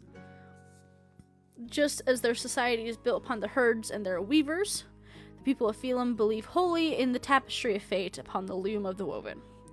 Any magic user of Phelim is innately gifted with a deeper connection to the weave, and as gifted upon them by their divine above, the woven. In fact, the people of Phelim wholeheartedly believe that magic is gifted to all of Dostrec by the woven. So what this means specifically is that the magic users of Phelim, and technically anyone from Phelim, can actually see the weave. They can see the spectral strands of the weave. So how magic works in this world is the somatic components of spells is you literally, like, doing things to mess with the weave, whether it be tying the weave, snapping the weave, like, whatever. The hand movements are literally your hands working in the weave. And so how that works with the people of the woven is they can see it. They see it as if it is a tapestry on a loom where they are doing the fingerings for it, so they can literally see the strands of what they need to connect. So typically, magic users of Phelim are more proficient with magic than those of other nations. It is the most magical nation. Which we'll get into that in a little bit. Sorry, I went on a little bit of a tangent there. But yeah. Sorry. My brain be dying. From there, we have it where the, so they are all trained in weaving, so, but, like, both cloth and cords of the weave, so almost everyone if they have the ability, almost everyone in Phelim can use magic, and will use magic. They're trained not only to pluck and weave the strings of the weave, but are also trained in the literal ability to see it, to see upon the tapestry of fate the loom of the woven. As all of the weave is considered holy, it is considered the most pure to source within Phelim. And most of the magic users of Phelim are also religiously aligned. So this is very similar to how Dualisine is they are hyper like magical in like certain locations, and is very associated with their religion. This is not a requirement, but it is a very common thing, and pretty much regardless, they still all like use like do actual weaving, and because of this they make a lot of magical tapestries and a lot of magical spell cloths and stuff that they can be sold and exported to other nations. A lot of the time it's also like illusion magic, so it's like they'll like cast illusions through weaving it into these clothes that like so the clothes can do different things. So like for example, I once described one of the sweaters that one of my players bought that has a depiction of the woven on the mortal plane, because no one really knows super what they exactly would look on the mortal plane. This was a depiction of the woven as a satyr literally weaving the tapestry of fate from their own fur, because they were sheep-like satyr. And so one of the things that could have been done is that as this sweater was made, it could have had an illusion spell cast on it, so it looked like the satyr was constantly actually weaving on this loom. So, yeah. The people of Phelim are not only solely focused on weaving, they also work in tandem with the people of Conval with the herds. So these are animals like horses, alpacas, llamas, sheep, anything that's considered a herd animal. They share the farmland with Conval. There's technically a defined border between them, but not really. They say there's a defined border. If you went looking for a defined border, you would probably find one, but it's not, like, maintained. Together, their farmers care for the land, the seeds, the harvest, the feed. Because of this constant intermingling, like I mentioned before, many farmers and their children have essentially dual nationalities with Phelim and Conval. So, dual citizenship. And then Conval is one of the most traditional of all the nations. Their society is broken into 3 sections: the flatlands dedicated to farming with the people of Phelim, the undergrounds dedicated to the mines of all and any kind, and then the mountains dedicated to the capitals and the forges.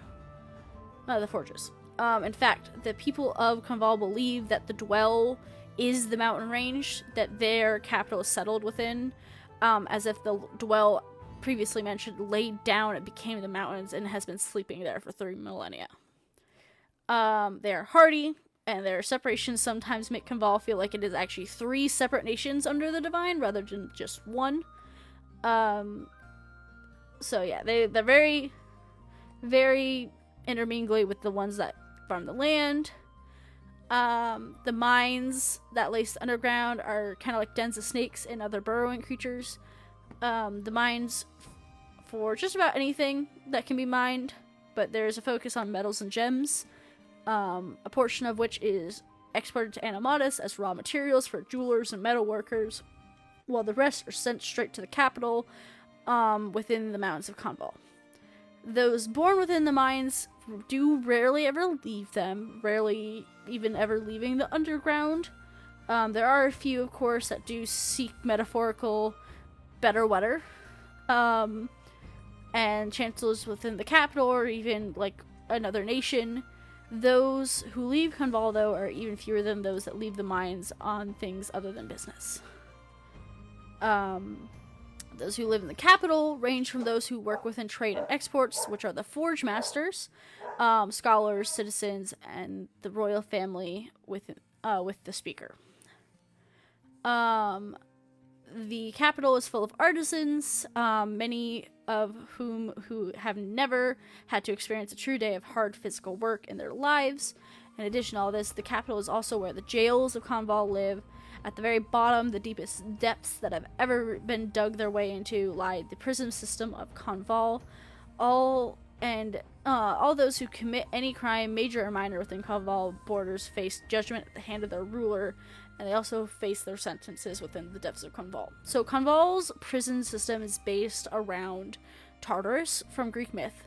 So like your more menial, like minor things, you're closer to the top of the prison section. The worse your crime, the farther down you are placed. So that is a thing with this. And you got Animatus, Nation of the Exposed. Also, I've nicknamed it now the Nation of the Semantics. The people of Animatus are blunt, but very charismatic. They are known for wearing their hearts on their sleeves and following their truest desires. Of course, it includes the living pleasures of the pleasant. So the surviving irony is that Animatus is also home to some of the more unsavory portents of the living, which are gambling, mercantiles, and swindlers. Though followers of the Exposed are encouraged to follow their better intentions and emotions in life, they do not view those following harmful or negative intentions as overtly wrong in their worship. So you still get punished for, like, if you were to kill someone, but they'd also be like, oh yeah, he's living his truest life by killing that person. It's very conflicted. So it's very much of a, like, hey, don't kill that guy, because we shouldn't kill people. But, like, if you really want to kill that guy, I guess you can kill that guy. We're just gonna, like, tell you no. So it's not, they're not the best about, like, stopping crime. If you're caught, you're caught, you get punished, but, like, it's not as bad as Cabal. So Animatus is a nation split into 4 districts. One could argue the entirety of the nation, all the way to their borders, is technically the capital of Animatus. So Animatus is the most populated out of the different nations. So it's like one big ass city in a lot of ways. They don't really have a lot of towns, just a lot of cities that kind of, their borders blend a lot closer into towns and then eventually into other cities. So it's just big, lots. Texas, bigger and better.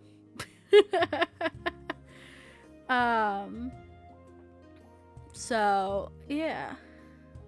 You're all good. I don't know why I accidentally just marked a stream marker, but it is all good. You do not need to feel as if you need to be here the whole time. I'm just gonna keep talking. Okay, cool. Well, I'm glad to have you lurking. I hope you do enjoy catching the next one. I do plan on streaming a lot later. Hopefully.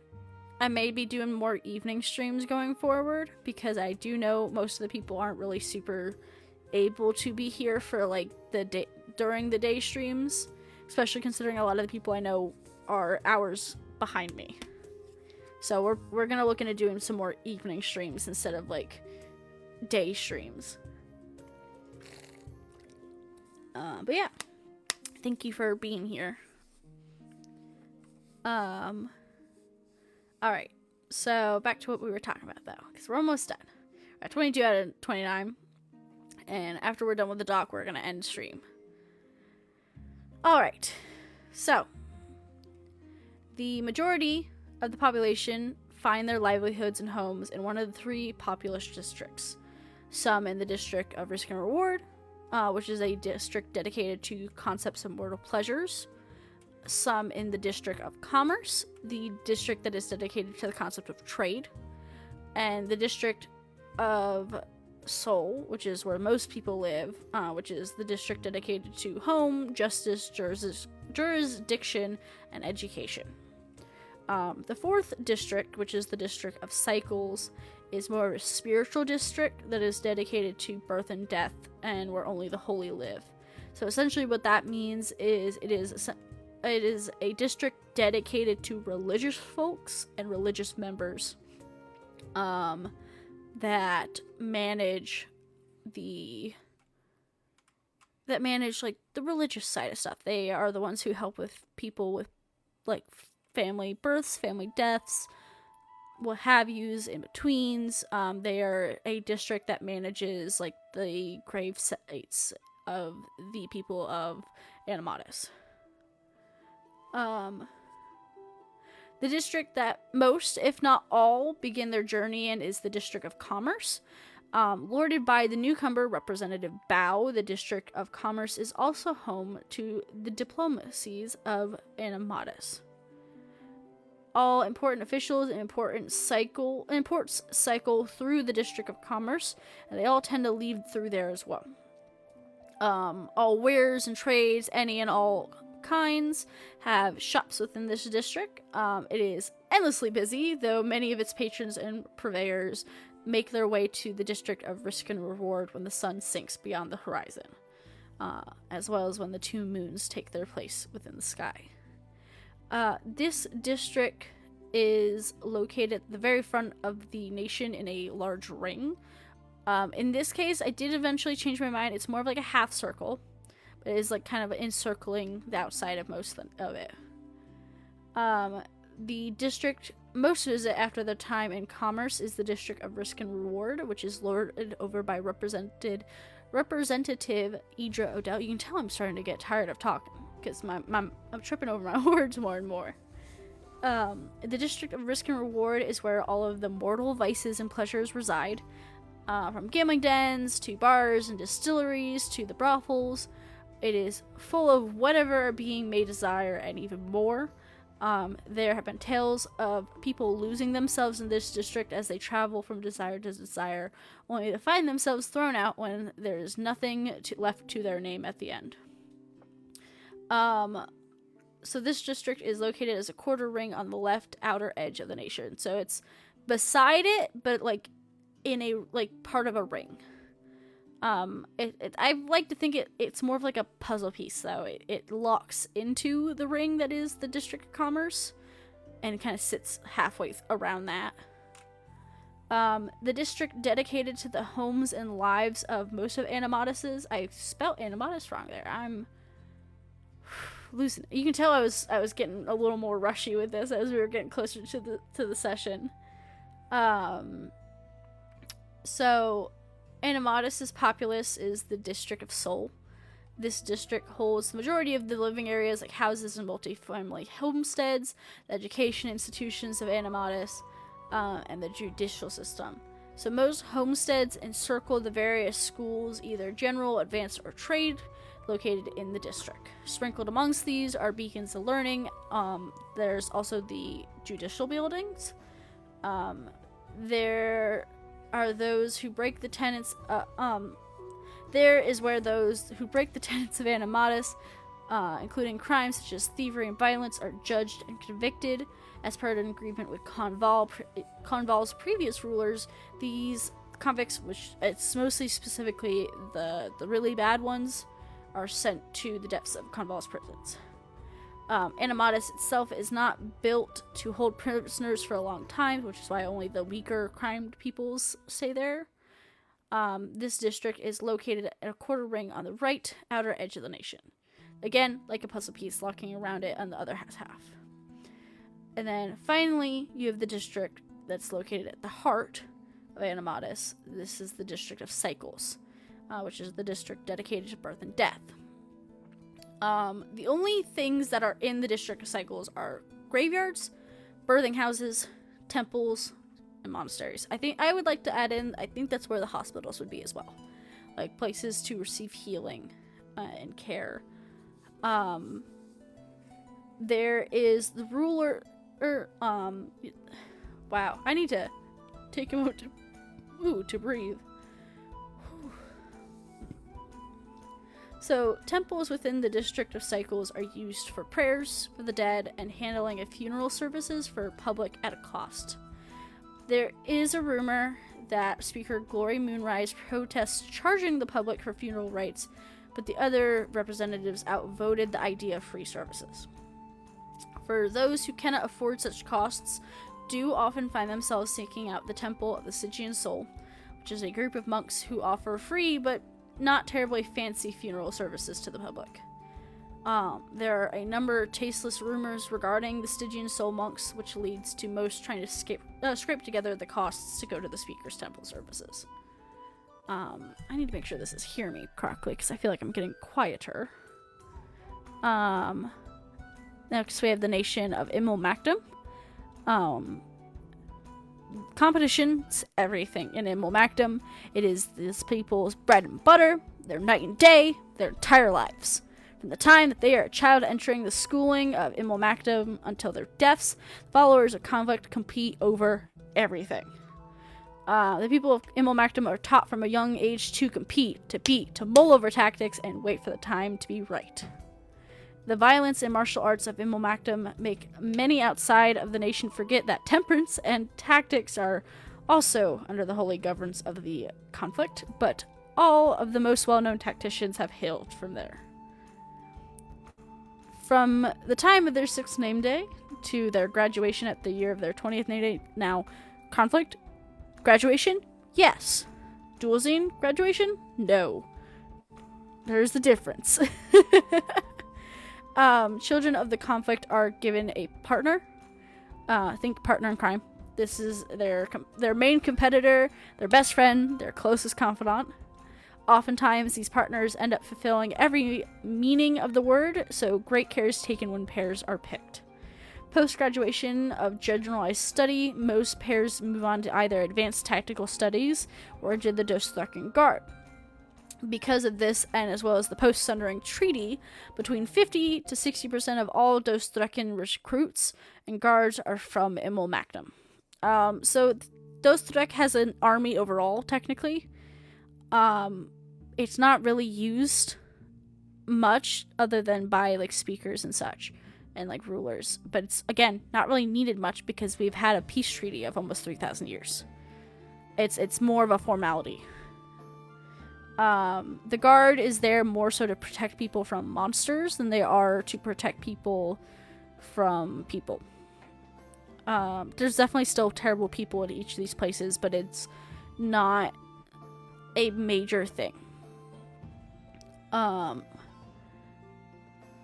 So despite such a focus on violence and tactics, the communities of Immelmactum are actually the most close, like, tight-knit and very welcoming. They're very happy. Most communities are pretty small, actually, though. There's not a lot more than 2,000 people strong each time when it comes to the capital of the cities. The capital is, like, more like a bunch of towns sat right next to each other that are broken into smaller communities. Similar with cities, this is like the one nation that has a lot of small villages and towns that are scattered across it. And it is, like, very, very tight-knit communities. But again, this is the one that has the most communities kind of just scattered.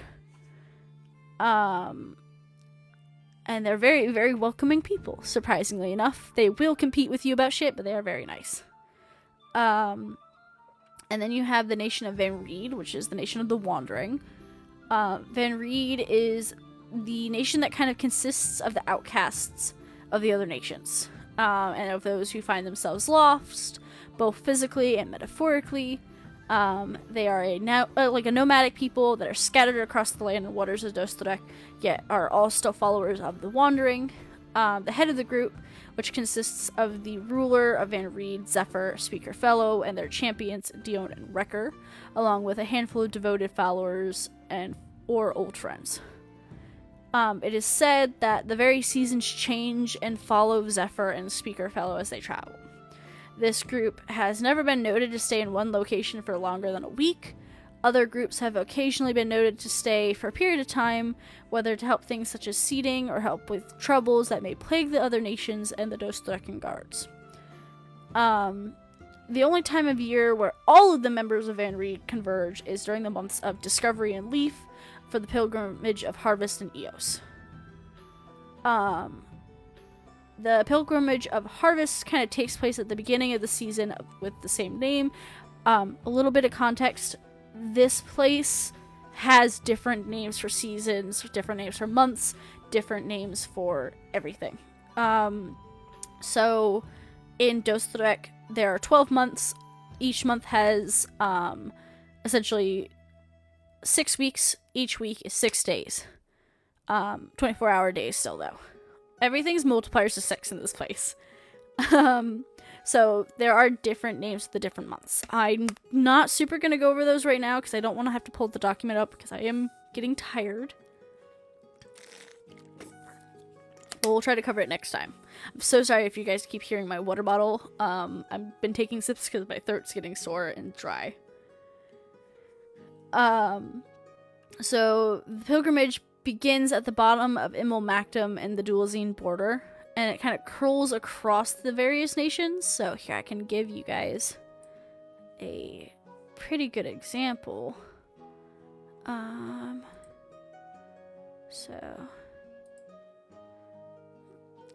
for example, Dostrec, if you are looking at the big, long, winding river between Immelmactum and Dualzine, is kind of where they start, like towards the spot with the forest near down by Bifor.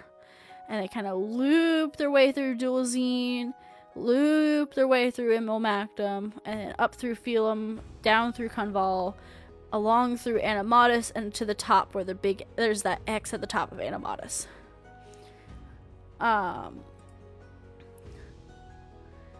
So yeah, that is like one of the things with that, and we'll get back to our fun little lore document. I think it's fun. But yeah. So that's like how the pilgrimage is. They've been doing this pilgrimage for within 2 months, and it has been like that for every year for almost 3,000 years now. The pilgrimage is done to bless the harvests of the people, so they may have the best possible harvest each year. Somehow, the ruler, speaker, and champions never fail to visit every city and town within each nation to spread the blessings of the wandering. Think Santa, in a way, but they do it over the course of 2 months. I will not do the math. I know it's 36 days in a month. I will not do 36 plus 36 right now. I'm being lazy. So it's kind of hard to tell, though, how big the nation of Van Reed is, because they're often kind of scattered across Dostrec. Some will say that it's a couple hundred to tens of thousands. So it's very, very awkward. They're not unwelcoming to them outside of the 2 harvest months, but they're also kind of looked still down upon because they're considered weird for being nomadic people. And we have our final section. Woo! We're there. We're almost completed. Yay! We did it! Buenos himos! So, the magical entirety of Dostrec is known as the weave. It is believed that all the cords and strings of the weave are directly connected to the loom of fate that the woven works on tirelessly to create the tapestry. It has existed before even the thought of Dostrec was a thought, and will exist after the entirety of Dostrec is forgotten. The nations of Dostrec have varying views and beliefs on how the weave works through the below. Not all nations work as intimately with the weave as the people of Phelum, who have the innate connection of the weave as per the blessing of the woven. Akin to Phelum, though, the twins of Dualzine find themselves skilled in the workings of the weave, possessing a great power when both twins cast together, as they share a residual magic reservoir within each pair. This is viewed as a blessing of the twins themselves, as their own power is to believe they're strongest when they work together. Both nations find the gifts of access to the weave as a holy gift of those of the above. The nations of Immelmactum and Animatus often view magic more of a tool. It is used to help, hinder, charm, swindle, and divine. Those of Immelmactum who are able to interact with the weave are trained heavily within combat magic and how to best use their abilities tactfully. Many magic users of Immelmactum are also given a priority status for higher ranking military positions, as they are a bit more rare than the average soldier. Those of Animatus who use the weave to help in various things, both beneficial and malevolent. Many casters who hail from the nation tend to specialize in charms and truths, whether to make you their friend or create the inability to lie.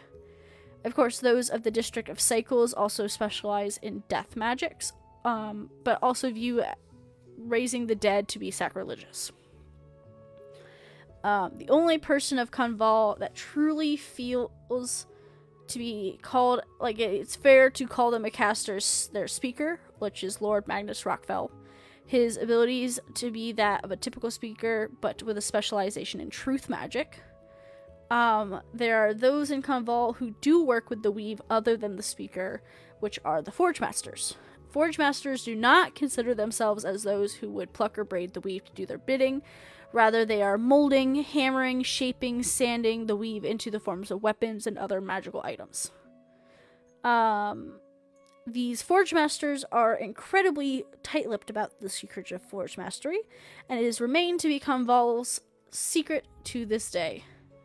I think I changed them from Convalis to Convalums, but it's fine. It is important to note that many farmers of Conval are used to magic due to their close working with Phelim, but the miners of Conval are notoriously wary of magic users that they encounter. Those of Enri see the weave as something to work with and venerate in its practices. They are masters of trickery and illusions, but seem not to use it maliciously. There are many druidic members within the collectives that make up Van Reed. Despite the lack of malicious history, many common folk unattuned to the weave are incredibly distrusting of members of Van Reed. Not much otherwise is known of their magical habits. And yeah, so we did it! Congrats, welcome in to any of those who are joining us a little late. But we have officially made it through my entire lore document for the start of Dostrec. So just for those who are just now joining us, this is the document that I created that I made at the very start of when I was creating Dostrec. This was the very beginning of it all. This was the document that after I sent these little blurbs of some concepts of some nations to my friends, I typed this up in a month and was like, here. So if you notice, it is 29 pages long. It used to be 21 when I first finished it, and then when I went through and redid it, which I should go through and redo it again, just for not a full rewrite, but an edit. But yeah, that was a lot of talking. So we just went through all that. If you're just now joining us, though, do not worry. I will be saving this VOD on my Twitch. So if you ever want to go through and listen to what I've created with this place so far, absolutely feel welcome to. Please do. I would love it so much if you end up coming and watching through it. I will also be posting on my YouTube, which is The Puckening on YouTube. Really easy to go and find me. I've got the same name pretty much everywhere with the exception of Twitter, which is just Puckening instead of The Puckening. But yeah, thank you again for everyone who's joined in. I hope to make this a weekly thing. I am going to aim to start doing this more in the afternoons or the evenings. It's just kind of hard because if my parents are streaming TV shows, it kills my bitrate. But yeah, we are going to do a quick little raid. I'm gonna send you guys over to Erica, who is an awesome artist. She's amazing. Her art's fascinating to watch. And yeah, she's also from the let's see if I remember how to raid.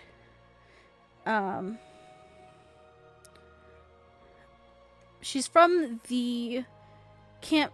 She was part of the initial campaign that got me into DMing again. So let's see if we can get that raid started. I think that started the raid. If I did it correctly, let's hope. Were we raiding? Yes. If I did it correctly. Okay, so we're going to be raiding. Thank you again for everyone who joined in. I hope you had a grand old time. And we're going to send you all over to Erica. Bye! Some of your favorite releases this week, Lydia?